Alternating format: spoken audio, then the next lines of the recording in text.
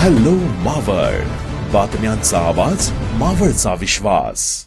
महसूल अभिलेखामध्ये कलम 155चा गैरवापर करून सातबारावर जमिनीचा वर्ग, क्षेत्रफळ आणि मालकीत फेरफार केल्याच्या आरोपावरून राज्य शासनाने मोठी प्रशासकीय कारवाई करत 15 महसूल अधिकाऱ्यांना सक्तीच्या रजेवर पाठवले आहे.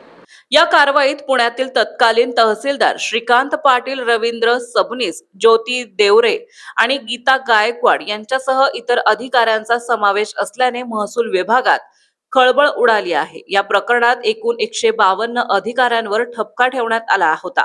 त्यापैकी 15 जणांवर प्रथम टप्प्यात कठोर कारवाई करण्यात आली असून उर्वरित ब आणि क वर्गवारीतील 137 अधिकाऱ्यांवर पुढे काय कारवाई होणार याकडे नागरिकांसह प्रशासनाचेही लक्ष लागले आहे. नाशिक विभागीय आयुक्तांच्या समितीने तपासलेल्या 2337 प्रकरणापैकी 13 प्रकरणे अ वर्गवारी अतिगंभीर असल्याचं अधोरेखित केले आहे.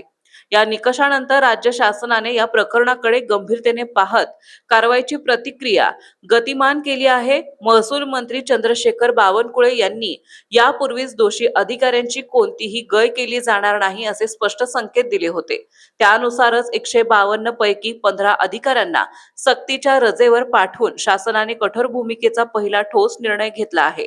सातबारातील फेरफार प्रकरणामुळे जमीन व्यवहाराबाबतचा विश्वास डळमळीत झाल्याची चर्चा सुरू असून या कारवाईमुळे महसूल प्रशासनात पारदर्शकता आणि शिस्त प्रस्थापित करण्याचा प्रयत्न असल्याचं मानलं जात आहे.